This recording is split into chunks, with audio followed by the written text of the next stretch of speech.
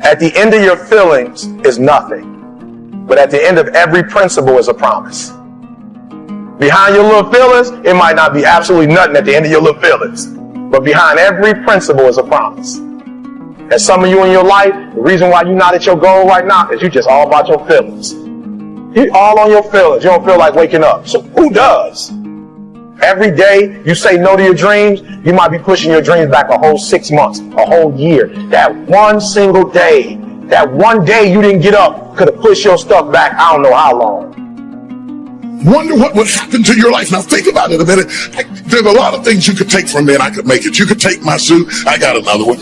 You could take my car, I could get another one. You could take my house, I could get another house. But when you take my time, you have taken something from me that is totally irreplaceable. We take all kind of classes for money management. We know how to manage our money. We know how to repair our houses. We're working on our hair and our bodies and all of this kind of stuff. We do everything except the most important thing is to value our time. It takes time to be creative. If you had time, you would be creative. But in the absence of time and with busyness and clutter and the phone ring, y'all got music playing on your phone, all kinds of stuff. And no matter what kind of song you put on it, after a while you hate to hear it, because every time you hear that sound, you know it's somebody else wanting something else from you that's taking you away from what you are gifted and created.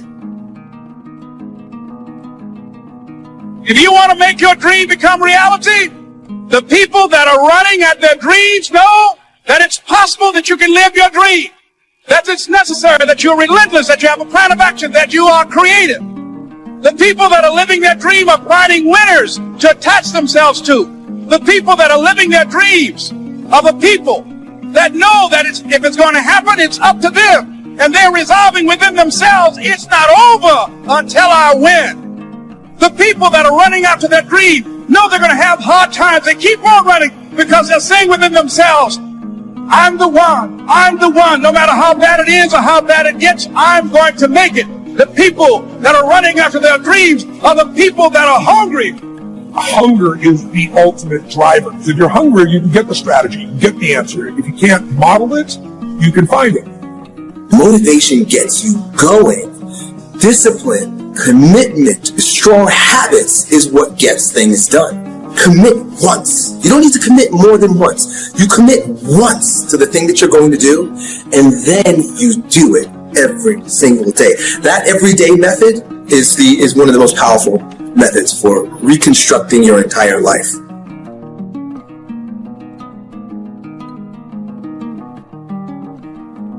When you perceive choice, you perceive motivation. You're more motivated. So the deal is, for yourself, sit back and reflect. Be mindful of the choices you have. And talk about being a success seeker rather than a failure avoider. It's all how you talk, how you communicate to yourself and to others. You just can't turn on passion. You can't just turn on the desire to execute a task. It just doesn't work that way. And honestly, that isn't even what motivate means. To motivate actually means to provide a motive, a reason why. When you have a thing that is pulling you through because you're legitimately excited about it, that's when things start to happen. So I find that a lot of times lack of motivation has to do with not structuring your life in a way where you actually care about the outcome. So find that thing, stop judging yourself, because I think everybody at least sees a flicker of interest inside of them, something that they really find interesting and they want to at least explore deeper. Always go to something bigger than yourself. I'm wondering if you've been defeated because you have been giving yourself wholly to something that was too small to hold you.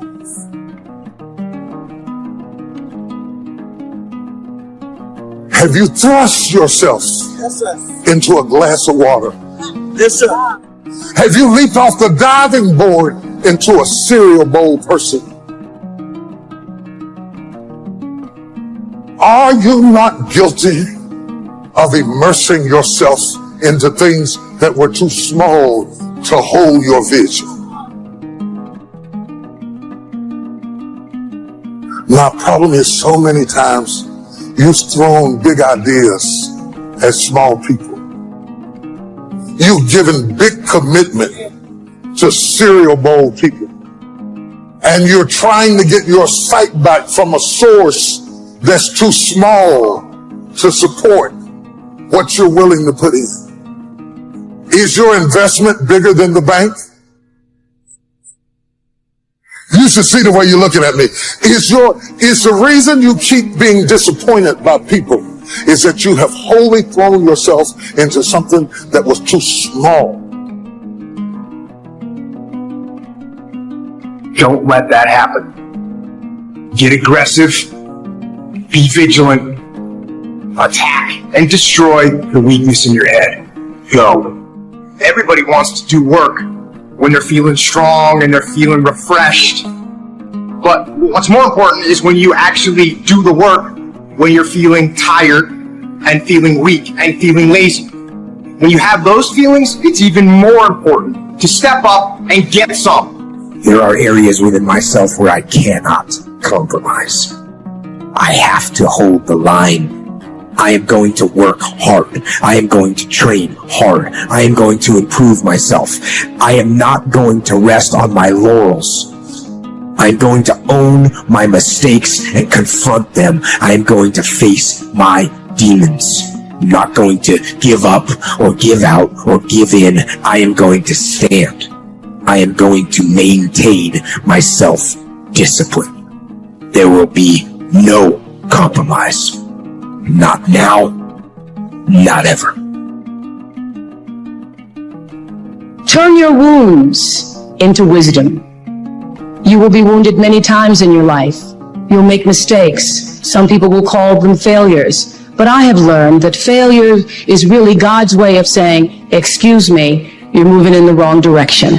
Real work is to figure out where your power base is and to work on the alignment of your personality, your gifts that you have to give with the real reason why you're here. That's the number one thing you have to do, is to work on yourself and to fill yourself up and keep your cup full. Keep yourself full. Now, I used to be afraid of that. I used to be afraid, particularly from people who say, oh, she's so full of herself. She's so full of herself. And now I embrace it. I consider it a compliment that I am full of myself. Because only when you're full, I'm full, I'm overflowing, my cup runneth over. I have so much to offer and so much to give. And I am not afraid of honoring myself. You know, it's miraculous when you think about it.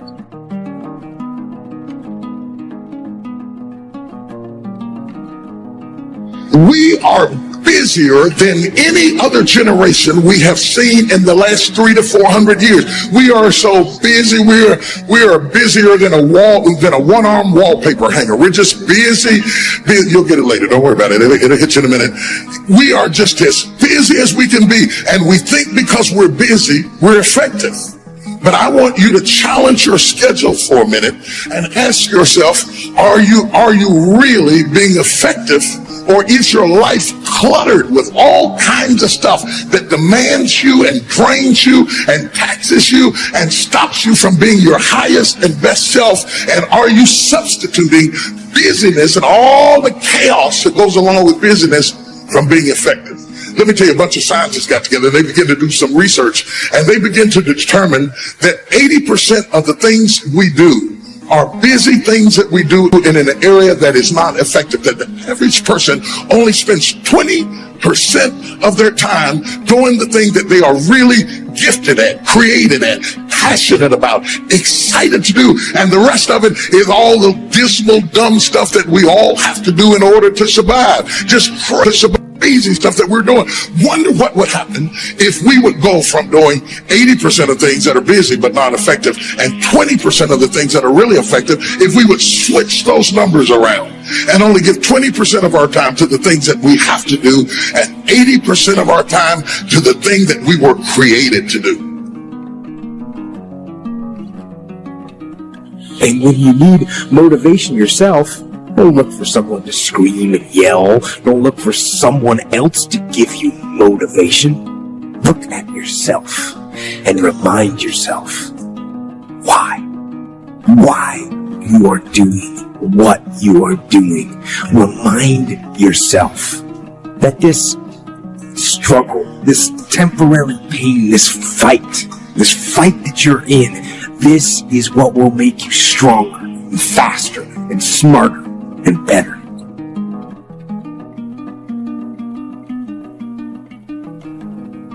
Don't be upset by the results you didn't get from the work you did not do.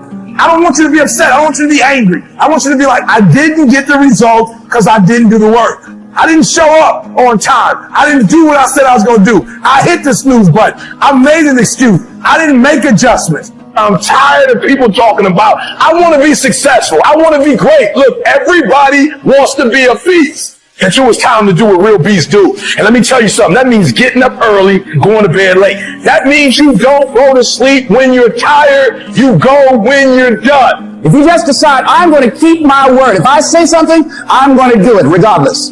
Being more disciplined. Find something that you can look at your life that you say, hey, I know I've got a problem in this area, being late, procrastinating, not taking care of business, being seriously not serious. I need to deal with that. I guarantee you, if you're wondering why it is that everybody else has this and that and this, and why you don't have, I guarantee you that if you take an inventory of your actions, they equal what you're getting. Period.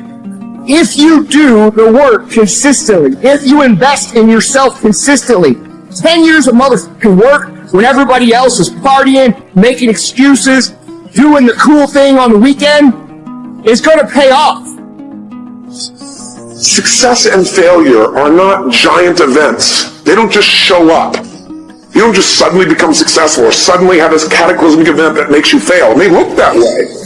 But failure comes from all the little things. It's failure to make the call. It's failure to check the books. It's failure to push yourself to do things physically that you don't want to do. And all those little failures day after day come together to one day some cataclysmic event happens, you blame that. That event happened because you missed all the little stuff. And success is not some overnight event. It's all these little things. Success is having a vision. Success is really seeing it, feeling it every day with strong enough reasons. You need to have some rituals, some things you do that nobody else does, and that gives you a better life than anybody else has. It comes from delivering more than anybody can imagine. All those little things add up. People go, wow, it's true in any area of your life. All the little stuff. That's where success comes from. I don't view aggression as an outward attitude.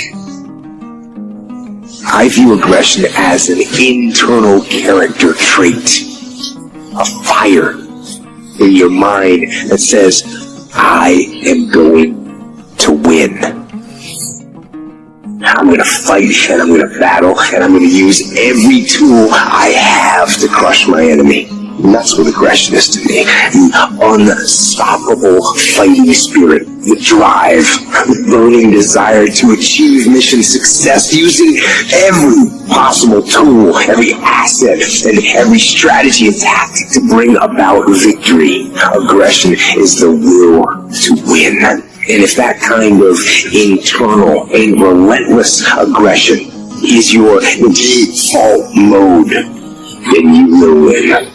This isn't easy for anyone. There's a price for victory. And that price is hard work and early mornings and late nights and unmitigated daily discipline in all things. The battle doesn't fight itself. You are the one that has to fight it. You do not have to change who you are to be successful. You have to change some things about you, but you don't have to change who you are. God created you very, very unique. I don't know if you all know this, but it's about, how many people on earth? What's the number? About 7 billion? Listen to this.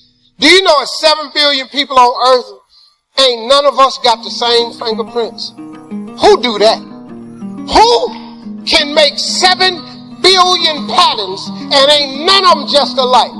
That's your God, your creator. That's how unique he made you. He made you so unique, you got your own set of fingerprints. It's probably been, I don't know, some billions of people that already died. Billions of people have died. Guess what? Ain't none of them had the same fingerprint either. God made you uniquely you. God could have created all of us exactly alike. He could have called these angels. God chose something completely different. He made each one of us to be a very unique being. Each one of us has got our own thumbprint, our own eyeprint. Our DNA is unique to all of us. And not only that, if you were raised in the same family, you and your brother, you and your sister, from the same mother, yet you develop a different taste bud. It is God's choice for us to be unique. That's how unique we are. What is your point of reference? What is your point of reference as a man? What is your point of reference as a woman? What is your point of reference as a father, a mother? What is your point of reference for love? Your career, your surroundings, self-respect, your goals. What is your point of reference? You're talking to somebody out there. You have horrible taste in friends. You have horrible taste in picking boyfriends, girlfriends.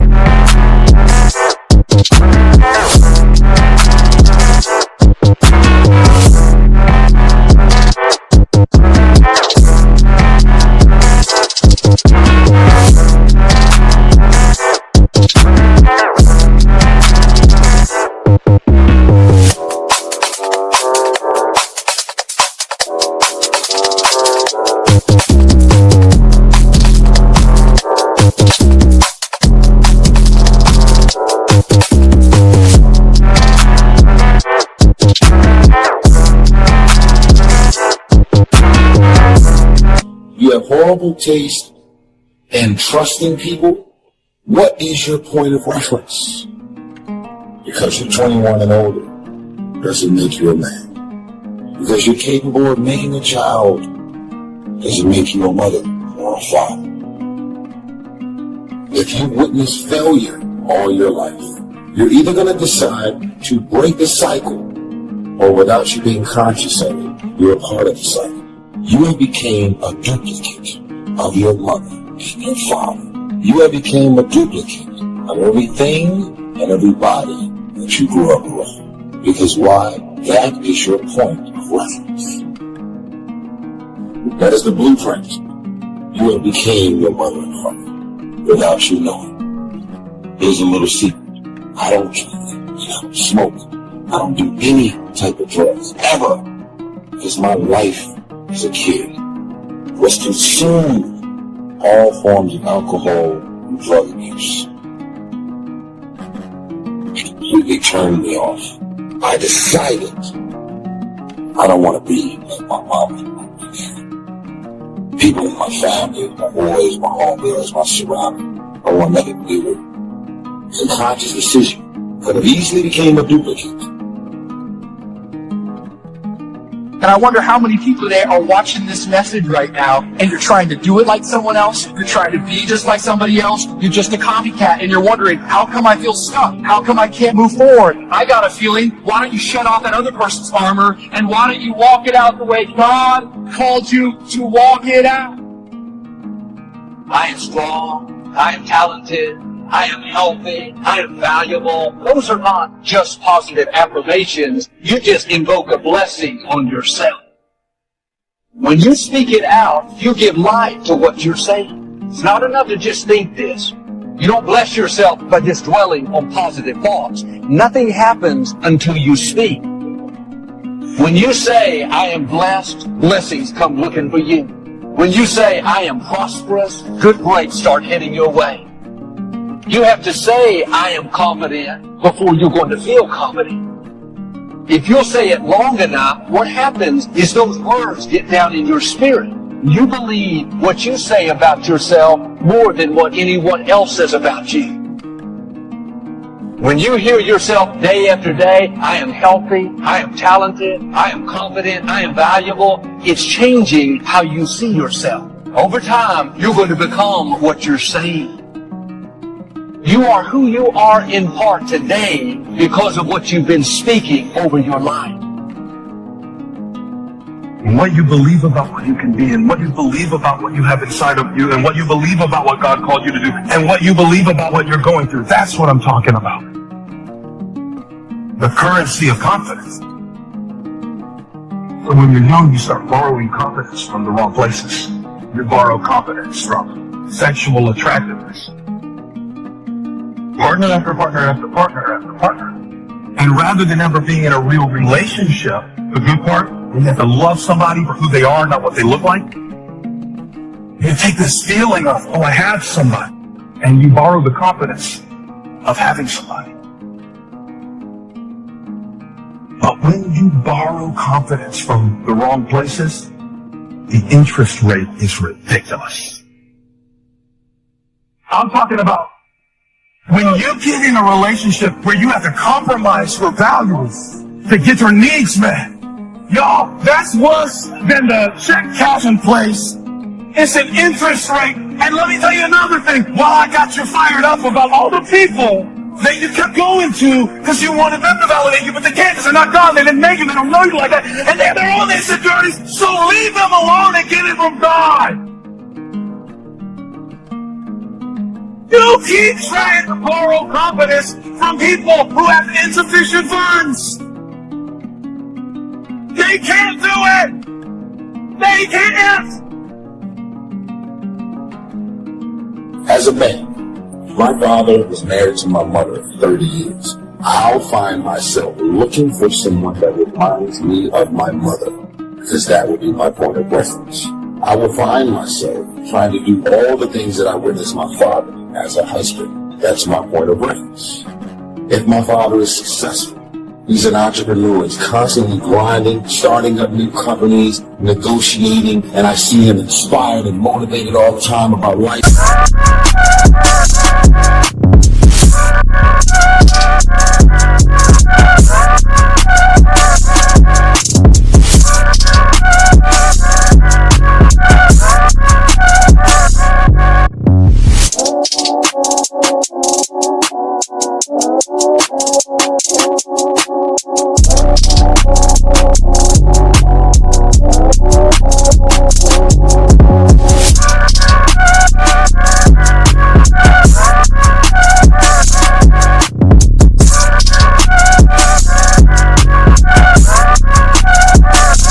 Career and trying to educate himself and further his way up the success ladder.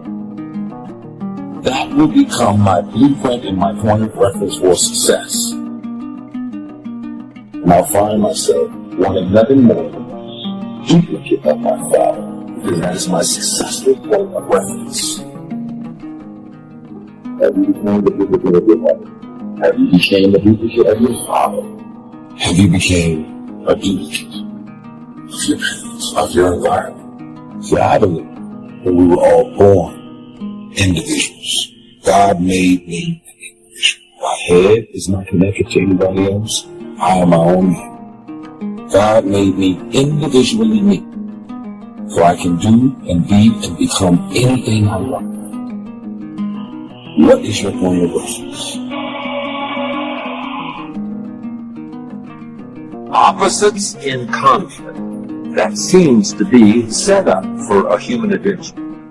One contesting against the other, vying for the territory. Would there be light without darkness? We probably wouldn't call it light. What gives us the value of one is the contrast of the other. But darkness is always trying to move in and take all the territory, and if you turn on the light, its energy starts to repel darkness. Darkness begins to move away. And the brighter the light, the further away the darkness will move. If you walk into a dark room and turn on the light, the darkness is what? Gone. But here's the point to remember, not very far. The darkness seems to, yes, it's gone, but it's waiting for its chance. That if light loses its energy, darkness has a chance not to move back. the better realistic illustrations, and that's health and illness at odds in your body. Illness trying its best to drive health into a small corner and occupy the territory. And health trying what? To push illness into a small corner. There's this contest going on. Who's going to occupy the territory? If one stays strong, the other's diminished. If the other gains in power, then the other. So what you must learn to do is cooperate with the positive side of everything in your body and your life. Sometimes we sabotage our own best interest. The body needs a banana, you send it a Coca-Cola. And the body says, what is the deal? I'm health trying to drive illness into a small corner. I ordered a banana, you send me the Coca-Cola. So the body could rightfully say what? Whose side are you on? Give us a break. We need every tool we can get to keep illness at bay. Because if we get weak, I'm telling you, it moves in, kicks the territory. So we're in the middle of this contest. Here's what it's called, opposites in conflict. Here's one of the bigger conflicts, liberty and tyranny. Liberty is the absence of tyranny. But even though tyranny is conquered, it's not very far away. The same goes on in your bloodstream. Red corpuscles to nourish like a mother and give life. White corpuscles to fight and kill like a father. White corpuscles say, just show me some infection, I'll kill him. If I don't kill it,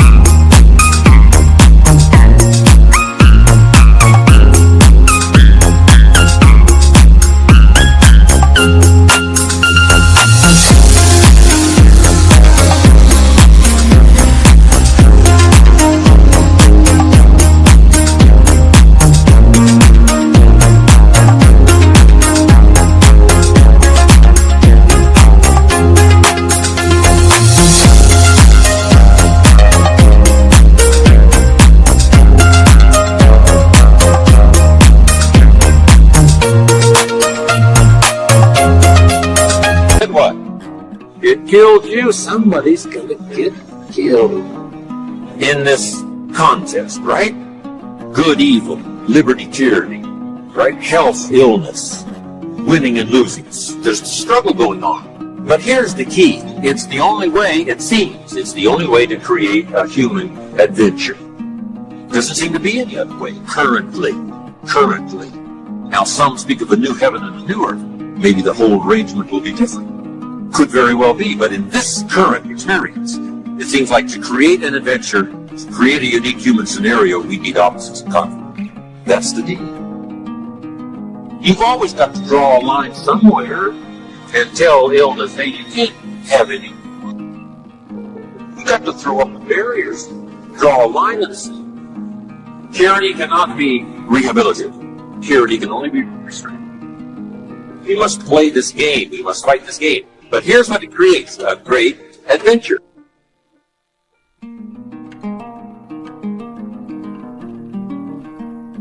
Let me give you the ultimate now. Could you win if you couldn't lose? And the answer is no, it doesn't seem like it. You couldn't call it winning. You can't win if you couldn't lose. So that's the deal now. Negative, positive. Would there be negative or positive without negative? No, it doesn't seem like it. It seems like this is the current setup. The invisible is often more real than the visible. That sometimes the stuff that we collect, that we say is real, is less real than the stuff that we neglect because we can't see it. I'm talking about your state of mind. I'm talking about your relationships with others. I'm talking about the way that you process disappointment, those things. The way that you treat people who can't do anything for you, those things. There is visible kingdom world, but there is an invisible kingdom within you that is more important than the kingdom around.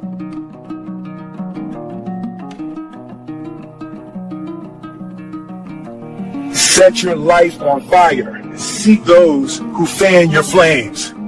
Don't be hanging with no jank-ass jokers that don't help you shine. The prerequisite for spending time with any person is that they nourish and inspire you. They feed your flame. There's been very few times in my life that I looked left or looked right and didn't find a person who believed and supported me.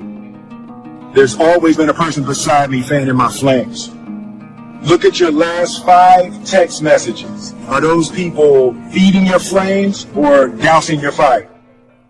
The people that you spend time with are going to make or break your dreams. Everybody don't deserve to be around you. Look to the people around you. Are those people throwing logs on your fire or are they pissing on it? You got to defend your light with your life.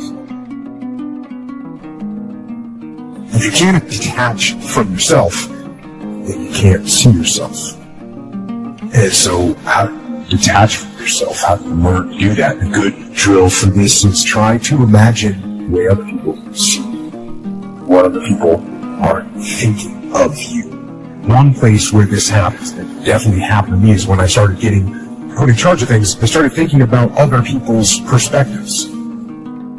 If you're in charge, then what kind of representation are they receiving? And if you work for someone else, it's the same questions. What does the boss see me do? What kind of representation am I making of myself to my boss? So the question becomes, how well do you represent yourself? What shortfalls do you have? Now, when you first start looking, it's like you're looking at an overgrown lawn. There are some big, obvious problems, so you do a broad, just kind of general cut of the grass. You fix some of the big, easy problems. And once you've done that, you've gotten rid of some of those big, obvious problems. You notice some more detailed problems. So you start trying to fix them. You know, for the foreseeable future, it looks like it's been that way as long as we can remember and as long as the history tells us. So, here's what you want to do if you want the adventure. You must learn to play this game, to work with all the positive forces to defeat the negative forces as early and as soon and as much as possible. To contain the ravages of disease that want to take you early. You've got to fight back. You can't just leave it. Somebody says, well, I got my fingers crossed. Not a good philosophy. Jump on the positive side of whatever you want. See if you can't help out.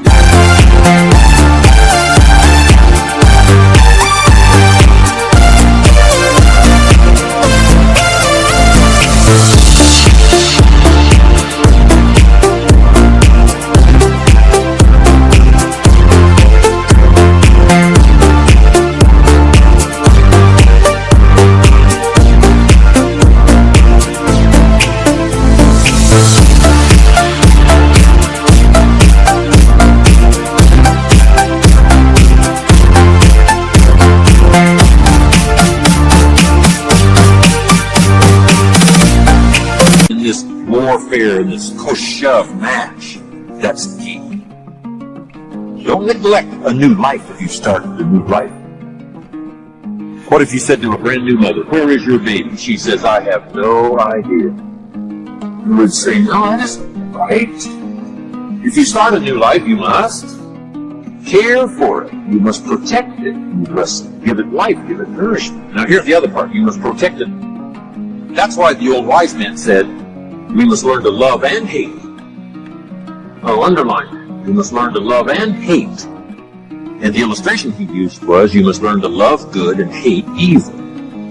To deal with the weeds in your garden, you got to hate weeds. You got to hate them enough to what? Kill them. You can't say, well, poor weeds. Say, no, this ain't the deal, poor weeds. Don't go soft on this stuff. You got to hate evil. You've got to hate the weeds that are out to destroy your garden and rob your children of the nourishment they deserve. You've got to take the life of the weeds, or they will take the life of your garden. Somebody's going to get killed. Remember? So, learn the good evil. Now, here's the greatest battle in the mind. Here's what you must not become: a victim of yourself. What is that insidious voice inside your own head that says, you're too short, it'll never work for you, you're too tall, right? It's over for you. It's never worked for you before. What gives you any idea that it'll work for you now? You've never been able to rise up and take charge of your life. What makes you think you can do it now? There's going to be too many obstacles out there. You'll never overcome them all. What is that insidious voice? It's the same game going on inside your head that's going on in the world. Liberty and tyranny in a push-up match. Here's what you've got to do. Cooperate with the positive side of your life and let faith drive out doubt. right? Let winning drive out losing. Let positive drive out negative. But you got to get into the contest. And why get into the contest? Because that's how you create an adventure. There is no other way. It takes both. You've got to learn to laugh. Yes, that's not what the wise man told us. You can't just learn to laugh and keep on laughing. No, that's silly. It says there's also a time to cry. You've got to learn to both laugh and cry. Then it said you must be so sophisticated as not to laugh when it's time to cry. That now gives you an understanding what life is all about. Sadness and joy, the contest, the difference. And yet it creates the adventure.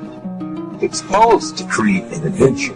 But here's the adventure: to overcome the evil, to put evil in its place. Just like in your mind, you've got to stand guard at the door of your mind and see if you can't suppress, see if you can't do battle with the negative forces. Don't become a victim of yourself. Beware of the thief on the street that's after your purse, but also beware of the thief in your mind that's after your promise. See if you can't engage in this mental contest and win the day.